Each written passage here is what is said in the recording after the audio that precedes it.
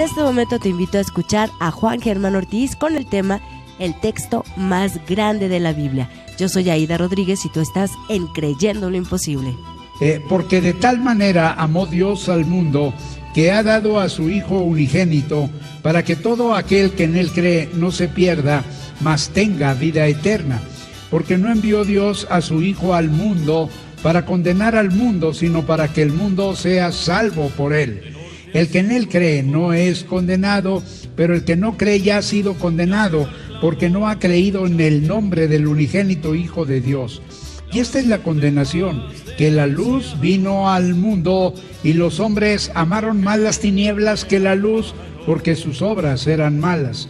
Porque todo aquel que hace lo malo aborrece la luz y no viene a la luz para que sus obras no sean reprendidas. Mas el que practica la verdad viene a la luz para que sea manifiesto que sus obras son hechas en Dios. Es Miguel Limardo el que nos dice algo realmente sorprendente. Si por alguna causa la Biblia desapareciera de la faz de la tierra y solo pudiéramos recordar este versículo de Juan 3:16, Limardo dice que eso sería más que suficiente para ir predicando el Evangelio por todo el mundo. Juan 3:16 sería más que suficiente para compartir la salvación a toda criatura. Por eso podemos decir que Juan 3:16 es el texto más grande que podemos encontrar en la Biblia. Yo quisiera que me permitieran, tomando Juan 3:16, dar respuesta entonces a esta pregunta. Y déjenme entonces acercarme al pasaje y descubrir tres cosas. El texto más grande nos habla del Dios más grande. Ahora uno se pregunta por qué Juan 3:16 habla del Dios más grande. Bueno, porque nos presenta un Dios que ama inmensamente.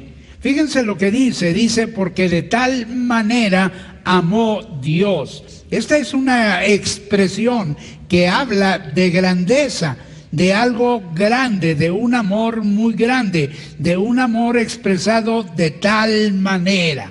Los judíos veían a Dios como un juez severo y al hombre lo veían como un reo. Sin embargo, Jesús, cuando nos acercamos a los evangelios, encontramos que Él nos presenta a Dios como el Padre amante, ni siquiera como Dios, que sí lo presenta como Dios, pero lo presenta de una manera más allá que como Dios. Lo presenta como un padre, pero ni siquiera como un padre, lo presenta aún más allá, como un padre que ama, un padre amante. Hay algo que podríamos decir que revelara la grandeza de Dios. En otras palabras, ¿qué es lo más grande que podemos decir de Dios? Bueno, esta es una pregunta interesante. Déjeme decirle que lo más grande que podemos decir de Dios es que Él ama. Dios, dice la Escritura, es amor. No dice que Dios tiene amor, que sí lo tiene, pero dice que Dios es amor, que la esencia de Dios es amor. Cuando uno mira una cruz, uno en la cruz puede entender las dimensiones del amor de Dios. En otras palabras, una cruz nos descubre cuáles son las dimensiones del amor de Dios. Por ejemplo, el largo de sus brazos nos habla de la anchura del amor de Dios. Ahora, la cruz tiene un pie y ese pie está enterrado. Bueno, eso nos habla de profundidad, la profundidad del amor de Dios. El amor de Dios es tan capaz de alcanzar algo tan caído y traerlo a una nueva nivelación en su propia existencia. Pero hay algo más. La cruz tiene un palo vertical. Bueno, ese extremo superior nos habla de la altura del amor de Dios. En otras palabras, el amor de Dios es ancho, el amor de Dios es profundo, pero el amor de Dios también es alto, tan alto como el mismo Dios. Déjeme decirle que el amor de Dios no nace en Belén. Muchas veces uno piensa que el amor de Dios nació en Belén cuando surgió la primera Navidad. Lo cierto es que el amor de Dios es desde la eternidad. Fíjense lo que la Escritura dice pensando en el Cordero que habría de ser destinado para nuestra salvación. ¿Qué está diciendo? ¿Qué está diciendo Pedro? Pedro está diciendo que fue destinado desde antes de la fundación del mundo. Es decir, desde antes de que el mundo existiera, la tierra existiera, el sol existiera, la luna existiera, usted existiera, ya Dios a nosotros, pensaba Dios en nosotros y Dios nos amaba a nosotros. Ahora, un Dios que ama increíblemente, no solo inmensamente, sino increíblemente. ¿En dónde está lo increíble del amor de Dios? Bueno, que dice que Dios amó al mundo, al mundo. A mí me hubiera gustado que hubiera dicho que Dios amó a los pastores, por ejemplo, o que Dios amó, a la iglesia, o que Dios amó a los buenos. Sin embargo, cuando uno va a la Biblia y particularmente a Jesús, uno descubre que Jesús le muestra que Dios ama al mundo. ¿Y qué es el mundo? Bueno, no es el globo terráqueo, sencillamente es la población. Tal y como es la población, Dios pensó en ella y la amó. Me llama la atención que el motor de Dios es la bondad.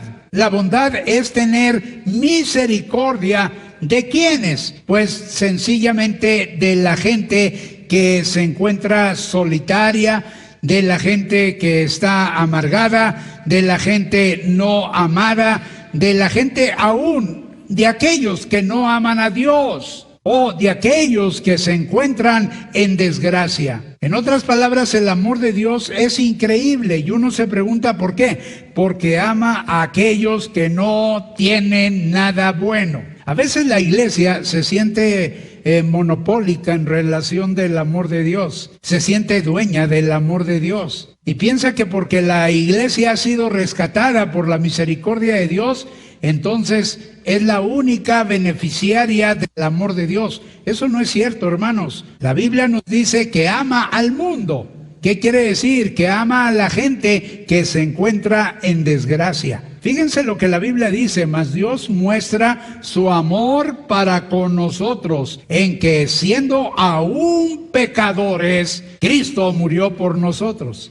O sea, Dios amó a aquellos que siendo todavía pecadores, estaban necesitados de su amor. ¿Y qué es lo que hace? No les dice, yo te amo, como muchas veces nosotros lo hacemos, sino simplemente Jesucristo murió por ellos, por los pecadores. Cuando uno está pasando por una tribulación, yo no sé si usted se ha hecho la pregunta, bueno, ¿dónde está Dios? Por ejemplo, tiene un hijo enfermo y usted se pregunta, ¿dónde está Dios? O por ejemplo, alguien está pasando por una pena y uno se pregunta, bueno, ¿dónde está Dios? Y uno siente a veces que Dios se ha alejado. Bueno, eso es lo que uno siente. Por ejemplo, una vez alguien, estando en una situación así, preguntaba, bueno, cuando Cristo estaba muriendo en la cruz, ¿dónde estaba Dios? ¿Dónde está Dios? Al punto que Jesús dice, Dios mío, ¿por qué me has desamparado? Bueno, eso era lo que Jesús sentía.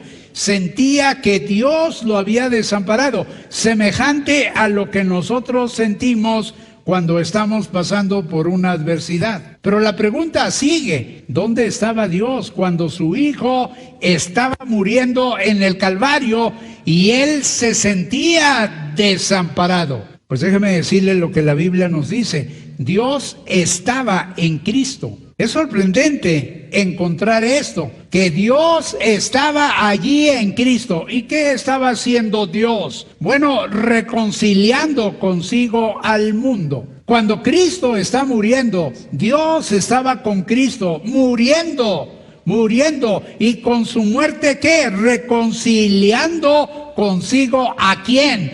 A aquel que estaba peleado con él. ¿Quién era? El mundo. En otras palabras, usted, yo, nosotros, vosotros y ellos también. La segunda cosa, déjeme decirle que el texto más grande nos habla del sacrificio más grande, un sacrificio consciente. O sea, Dios cuando entrega a su Hijo lo hace de una manera consciente, voluntaria. Y cuando dice, ha dado, esa es una expresión poética muy linda, ha dado. Pero en realidad eso expresa mucho más que dar, es entregar. ¿Para qué? Para que su Hijo muriera en nuestro lugar. Yo quiero decirle que la cruz nos habla de un encuentro. Y ese encuentro tiene que ver con su pecado, lo negro es su pecado y el amor de Dios. Es decir, que en la cruz hay un encuentro y se encuentra lo negro del pecado y lo grande del amor de Dios. Un evangelio sin cruz no es evangelio, simplemente es otra cosa. El evangelio que nosotros predicamos implica una cruz, la entrega voluntaria de alguien sufriendo y padeciendo en nuestro lugar por nosotros que somos pecadores. Yo creo que para todos es claro que cuando vinieron los españoles y se enfrentaron a los nativos, ¿qué hicieron con los nativos? Bueno, consiguieron un montón de espejitos y entregaron estos espejitos a cambio del oro de los nativos. Déjeme decirle que Dios no nos trató así. Dios dio a su Hijo, al único Hijo, lo entregó. Y lo entregó por cada uno de nosotros. Y Jesús vino como un siervo, pero no solo como un siervo, sino como un siervo obediente. Y no solo obediente, sino como un siervo obediente hasta la misma muerte. Lo hace por amor a nosotros. Eso lo dice Filipenses 2, del 7 al 8. Ahora, hay algo más. Un sacrificio cruento. ¿Qué quiere decir cruento? Que hubo sangre de por medio. Porque sin sangre no hay remisión de pecados. Era menester que hubiera sangre. Fíjense que ha dado a su Hijo unigénito. Yo tengo un montón de uvas. Quiero obtener jugo. ¿Cómo le hago? Es muy sencillo. Basta con destrozar esas uvas. ¿Y a cambio qué voy a obtener? Voy a obtener el jugo que contienen esas uvas. Cuando pensamos en la sangre de Cristo, cuando reconocemos que tenemos la sangre de Cristo, ¿eso qué implica? Bueno, eso implica un Cristo destrozado. ¿Qué dice Isaías 53? Despreciado y desechado entre los hombres, varón de dolores, experimentado en quebranto, y como que escondimos de él el rostro. Fue menospreciado y no le estimamos. Ciertamente llevó él nuestras enfermedades y sufrió nuestros dolores, y nosotros le tuvimos por herido de Dios y abatido. Eso es lo que Isaías 53 nos declara en relación del Cristo que tuvo que dar su sangre para que la sangre de Cristo nos limpiara de todos nuestros pecados. Déjeme decirle que la sangre de Cristo da la limpieza que tú necesitas. Quizá tú te sientes sucio, quizá tú te sientes o reconoces pecador y no sabes qué hacer con tus culpas, con tus pecados. Déjame decirte que la sangre de Cristo da la limpieza que tú necesitas. ¿Dónde dice eso? Bueno, Primera de Juan 1:7 dice, la sangre de Jesucristo, su Hijo, nos limpia de todo pecado. ¿Qué quiere decir? Que todo pecado es simplemente limpio, borrado por la sangre de Jesucristo. A veces pensamos que el sacrificio de Cristo hay que repetirlo. Por ejemplo, hay iglesias o grupos religiosos que la cena del Señor no la ven como algo simbólico. porque no puede ser de otra manera, tiene que ser simbólico, sino que piensan que el pan es verdadero Cristo y el jugo de uva o el vino es la verdadera sangre de Cristo. Eso la Biblia no le da cabida a eso. Nosotros creemos que el pan es pan y el vino es vino, y solamente representan, simbolizan algo que una vez y para siempre sucedió en el Calvario. ¿Por qué una vez y para siempre? Porque el sacrificio de Cristo no se puede repetir. No se puede repetir. Cristo lo hizo una vez y para siempre. Si alguien está diciendo que se puede repetir, no conoce lo que la Escritura dice. ¿Por qué? Porque la Escritura dice que en la consumación de los siglos. ¿Cuándo es la consumación de los siglos? No algo futuro, sino algo que empezó cuando Cristo vino. Fíjense, en la consumación de los siglos se presentó, ¿quién? Cristo, una vez y para siempre. Este para siempre excluye que se pueda repetir. Una vez solamente, para siempre, por el sacrificio de sí mismo, para quitar de en medio el pecado.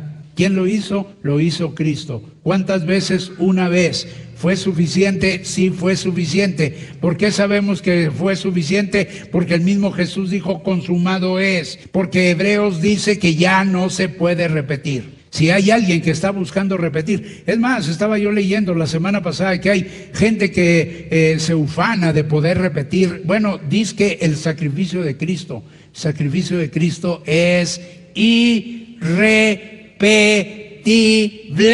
Simplemente no se puede repetir más. Con ese sacrificio es más que suficiente. ¿Para qué? Para tener el perdón de nuestros pecados. Es Charles Spurgeon el que dice, habían muchos compartimientos en la arca de Noé, pero apenas una puerta. Nomás una puerta. Y para la salvación, nomás hay una puerta. No más. Y la puerta se llama Cristo. ¿Qué dijo Cristo? Yo soy la puerta, el que por mí entrare, entrará y saldrá y hallará pastos. Eso lo dijo ¿quién? Lo dijo Cristo. Déjeme decirle que el texto más grande nos habla de la fe más grande. Nosotros somos salvos por gracia. ¿Qué quiere decir por gracia? Quiere decir que somos salvos de una manera gratuita. ¿Qué quiere decir? Que Dios nos regala la salvación. ¿Qué quiere decir? Que la salvación no es una meta, sino es un regalo.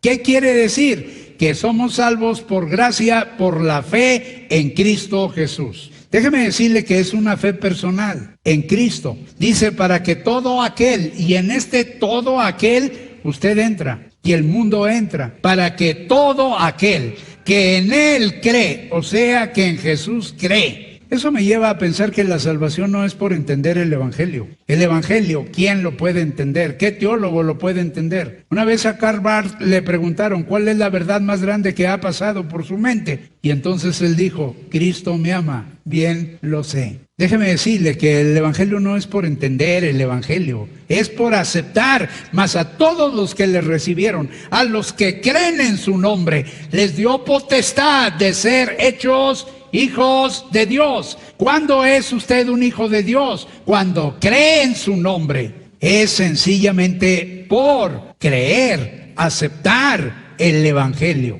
Yo quiero decirle que una bendición muy grande es el perdón. El perdón me da la idea de que Dios toma nuestros pecados, como lo dice la Escritura, y los echa en el fondo del mar. Eso lo dice la Escritura en Miqueas 7:19. Y yo creo que eso es extraordinario, es grande, pero hay algo más grande que eso, es la justificación por la fe. ¿Qué quiere decir justificación por la fe? Quiere decir que Dios a usted lo declara como si nunca hubiera pecado. Justificados pues por la fe, tenemos paz para con Dios por medio de nuestro Señor Jesucristo. Cuando Cristo murió Algo pasó con un velo. Ese velo separaba el lugar santo del lugar santísimo. Es decir, solamente el sumo sacerdote podía accesar al lugar santísimo. ¿Qué sucedió? Pues que cuando Cristo está muriendo, el velo del templo se rasgó. Pero la Escritura dice algo muy peculiar. Se rasgó de arriba hacia abajo, dando a entender que no fue la acción de un hombre de abajo hacia arriba la que lo rompió, sino que fue la acción misma de Dios,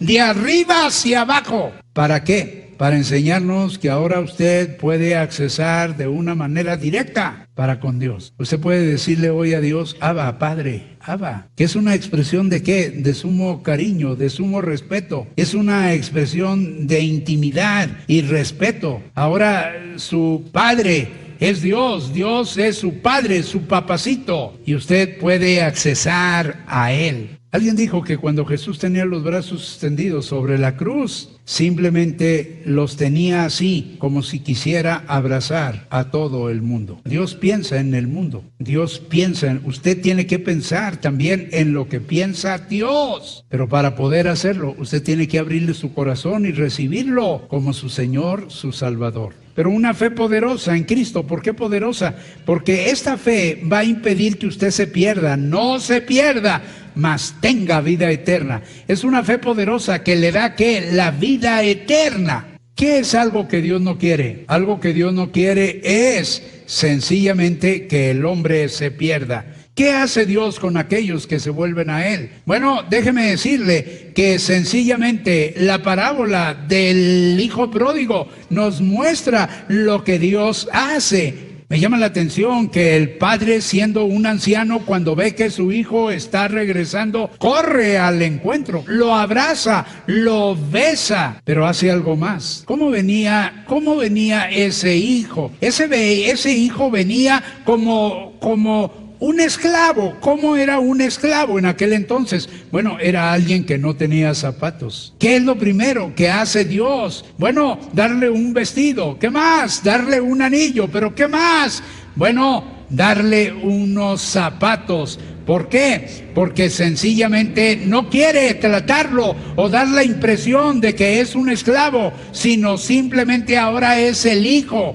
Y él como padre amante lo abraza, lo besa, lo introduce y hace una gran fiesta. ¿Cómo trata Dios a los que se vuelven a Él? De la misma manera. Dice la Escritura que hay gozo en el cielo por un pecador que se arrepiente, más que por 99 que no necesitan de arrepentimiento. ¿Qué obtenemos de Adán? Bueno, de Adán obtenemos simplemente una vida natural, es decir, esta vida que tenemos. ¿Pero qué obtenemos de Dios en Cristo? Bueno, una vida eterna. Pero déjeme decirle algo más, una vida presente. ¿Por qué? Porque no tenemos que esperar a morir para poder tener la vida eterna. Simplemente hoy la podemos disfrutar. Pero algo más, es una vida sin fin. Pero algo más, es una vida en Cristo, lo que Dios a nosotros nos da. Había un hombre que se llamaba Juan, y él llevaba consigo un gran secreto, es decir, una pesada carga por un error que había cometido muchos años atrás. Su carga era muy pesada y él vivía y sufría pensando si realmente el arrepentimiento que él tenía,